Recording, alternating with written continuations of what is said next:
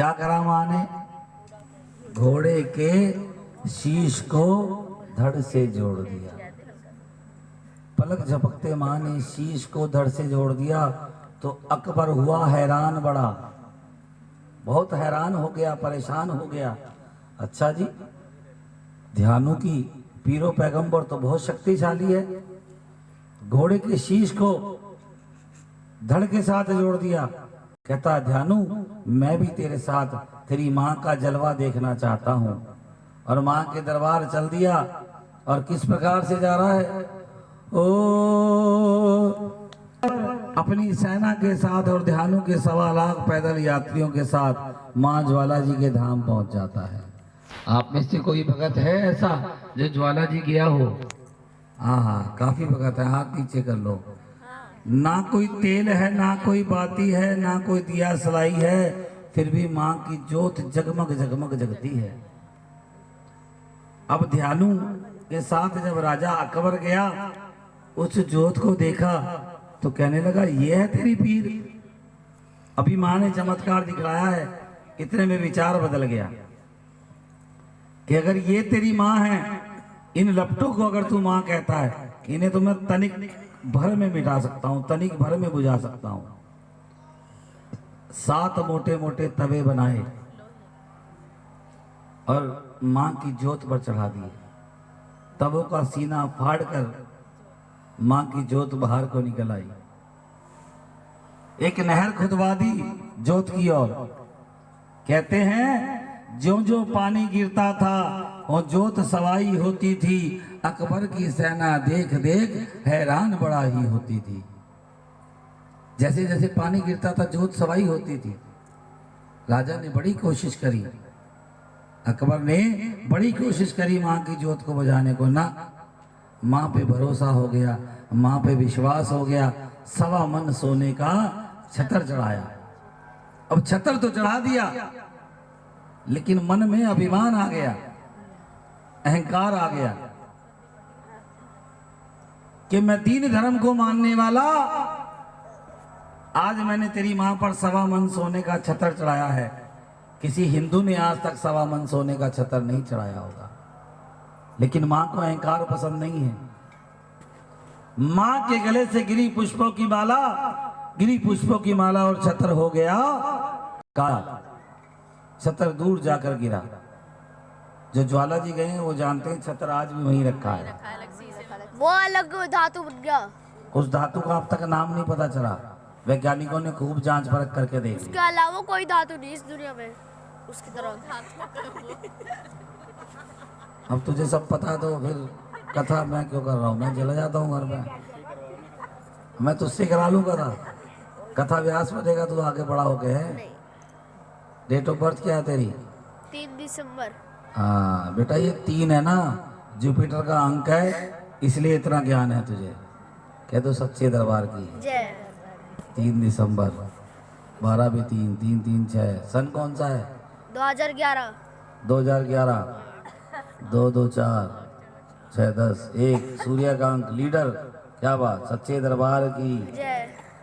गुस्सा आएगा तो बहुत तेज आएगा, नहीं आएगा तो चुपचाप बैठा है ऐसे, और बोलेगा तो बहुत बोलेगा। सच्चे दरबार की जय। सच्चे दरबार की जय। क्योंकि 3 1 आ गए तेरे अंक में।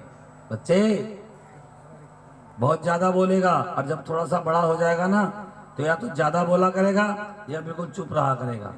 कह दो सच्चे दरबार की सच्चे दरबार की जय। कहते छतर काला हो गया। अकबर को मां पर फिर से विश्वास हो गया। अब ध्यानु से मां कहने लगी सारी दुनिया मेरे लिए कुछ ना कुछ लेकर आई है, तू क्या लेकर आया है? कि हंस रस पूछे माता मेरी, तू क्या ले आया मेरी भेंट, हे चरणाते वारी वारे जावा। ध्यानु ने तलवार की एक ही वार से अपने शीश को अलग किया और मां को अर्पण कर दिया। कन की उंगली नहीं काट कर चढ़ा सकते आज हम, ध्यानु ने शीश काट कर चढ़ा दिया। और मां ने भी क्या करा, 1 मिनट में शीश जोड़ दिया। 1 मिनट भी ज्यादा बोल दिया मैंने। एक क्षण में शीश छोड़ दिया। ये किस्सा 15 बार तक चला। 16वीं बार जब शीश काटने लगा ना, माँ ने हाथ रोक लिया कि भगत और भगवान में कुछ फर्क रहने दे, क्योंकि 16 कला संपूर्ण मेरी माँ भगवती। अगर तूने भी 16वीं बार शीश काट दिया तो तू भी 16 कला संपूर्ण हो जाएगा। और एक बात, जब घोर कलयुग आएगा,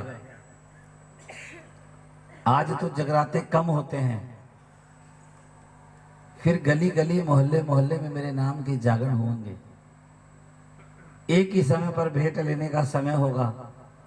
किस किस की भेंट लूंगी, किस किस का शीश जोड़ूंगी, जाने अनजाने में नर का शीश नारी पे और नारी का शीश नर पे ना लग जाए। इसलिए आज से मैं एक संदेश सुनाती हूं।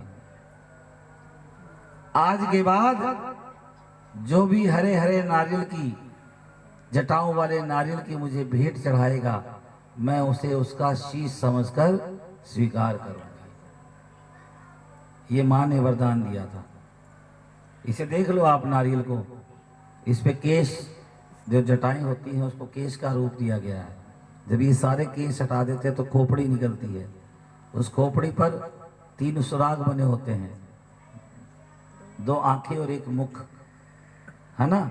और जब उस खोपड़ी को तोड़ते हैं तो उसमें से जल निकलता है। वो जल रक्त का रूप दिया गया है, और जो सफेद कलर का होता है उसे मांस का रूप दिया गया है। तो ये इसे शीश की संज्ञा दी गई है। अब तब से मां को नारियल की भेंटा चढ़ने लगी। ज्वाला जी का प्रसंग यहीं विश्राम देते हैं, क्योंकि कभी भी कोई प्रसंग होता है समाप्त नहीं होता, उसे विश्राम दिया जाता है। जैसा कि आपको बताया है हमने कि संपूर्ण जागरण में आपके लिए 5 अरदासें अनिवार्य हैं। 2 अरदास आप करा चुके हो, अब 3 अरदासें कथा के भीतर होंगी। तो तीसरी अरदास कथा की अरदास, मैं और किसी अरदास, लेकिन ये जो 2 अरदासें हैं, ज्वाला की अरदास और रुक्मण की अरदास, जिसकी जैसी भी भावना हो उसको ये अरदास करानी चाहिए। सबसे पहले प्रहलाद गुप्ता जी की धर्मपत्नी ये अरदास कराएंगी। इसके बाद 2, 4, 5 मिनट का समय है। जो कोई अरदास कराना चाहता हो बड़े शौक से अरदास कराएं।